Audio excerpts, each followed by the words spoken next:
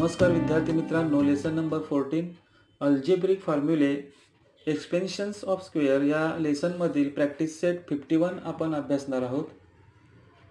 Expansion of A plus B A minus B.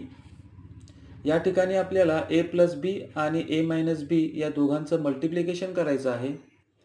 A minus B या ब्रॅकेटला प्रथम आपण ए plus बी मधील ए न मल्टिप्लाय करणार आहोत आणि त्यानंतर ए मायनस बीला फर्स्ट ब्रॅकेटमधील प्लस बीने मल्टिप्लाय करणार आहोत.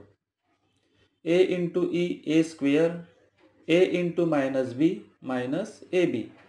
प्लस बीने एला मल्टिप्लाय केल्यानंतर plus A B plus B minus B यांचं मल्टिप्लिकेशन येईल मायनस बी स्क्वेअर. अशा प्रकारे इथे आपल्याला फॉर्म्युला मिळतो A square minus B square A plus B and second bracket A minus B यांचं multiplication A square minus B square. या फॉर्म्युलाप्रमाणे आपल्याला पुढील एक्झाम्पल सोडवायचे आहेत. X plus Y X minus Y. या फॉर्म्युल्याप्रमाणे एक्स प्लस बी म्हणजेच X plus Y, A minus B म्हणजेच एक्स मायनस वाय याचं multiplication A square minus B square याप्रमाणे येणार आहे आणि त्यानंतर आपण त्यांचा स्क्वेअर केला x square minus Y square. Second example 3x minus 5 and 3x plus 5. यामधील फर्स्ट टर्म आहे 3x आणि सेकंड टर्म आहे 5. 3xचा स्क्वेअर करायचा आहे आणि 5चा देखील स्क्वेअर करायचा आहे. 3xचा स्क्वेअर आहे 9x स्क्वेअर आणि 5चा स्क्वेअर आहे 25. त्यामुळे याचं मल्टिप्लिकेशन येणार आहे 9x स्क्वेअर मायनस 25.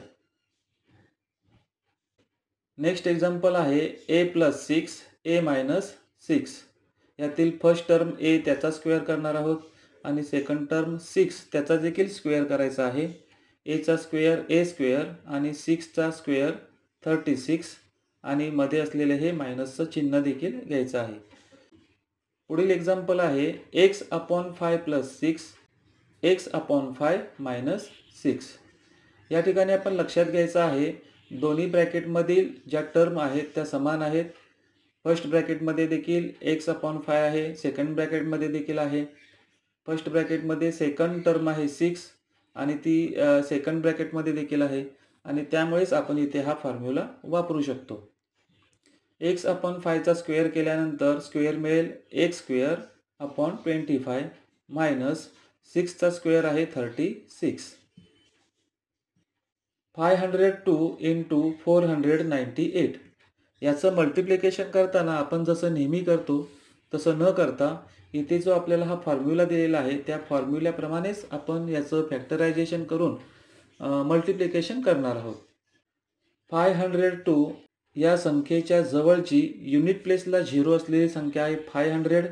त्यामुळे 500 प्लस 2 इज इक्वल टू 502. 498 याच्या देखील जवळची युनिट प्लेसला 0 असलेली संख्या आहे 500. त्यामुळे 500 मधून 2 मायनस केली की आपल्याला 498 मिळतात. अशा प्रकारे दोन्ही ब्रॅकेटमधील ज्या संख्या आहेत त्या समान झालेल्या आहेत. त्यामुळे इथे आपण हा फॉर्म्युला वापरू शकतो. 500चा स्क्वेअर 2,50,000 आणि 2चा स्क्वेअर 4. या दोघांचं सबस्ट्रॅक्शन 2,49,996. Second example 97 into 103. इथे देखील 97च्या जवळची युनिट प्लेसला 0 असलेली संख्या आहे 100. त्यामुळे 100 मायनस 3 इज इक्वल टू 97. 103 याच्या युनिट प्लेसला 0 असलेली संख्या आहे 100. इथे 100 प्लस 3 इज इक्वल टू 103. अशा रीतीने दोन्ही ब्रॅकेटमध्ये समान संख्या मिळाल्यानंतर फॉर्म्युल्याचा वापर करून पहिल्या टर्मचा स्क्वेअर म्हणजेच 100चा स्क्वेअर 10,000 आणि 3चा स्क्वेअर 9 या दोघांचं सबस्ट्रॅक्शन 9,991. 54 इंटू 46. इथे देखील 54च्या जवळची युनिट प्लेसला 0 असलेली संख्या 50. 50 प्लस 4 इज इक्वल टू 54. 46च्या जवळची युनिट प्लेसला 0 असलेली संख्या आहे 50. त्यामुळे इथे 50 मायनस 4 इज इक्वल टू 46. यातील पहिली संख्या आहे 50, त्याचा स्क्वेअर करायचा आहे. दुसरी संख्या आहे 4, त्याचा देखील स्क्वेअर करायचा आहे. 50चा स्क्वेअर 2500 आणि 4चा स्क्वेअर 16. या दोघांचं सबस्ट्रॅक्शन 2484. पुढील एक्झाम्पलमध्ये 98च्या जवळची युनिट प्लेसला 0 असलेली संख्या 100 आणि 102 याच्या जवळची युनिट प्लेसला 0 असलेली संख्या आहे 100. 100 minus 2 is equal to 98. 100 plus 2 is equal to 102.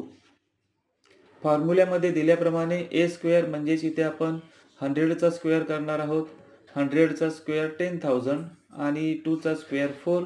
या दोघांचं सबस्ट्रॅक्शन 9996.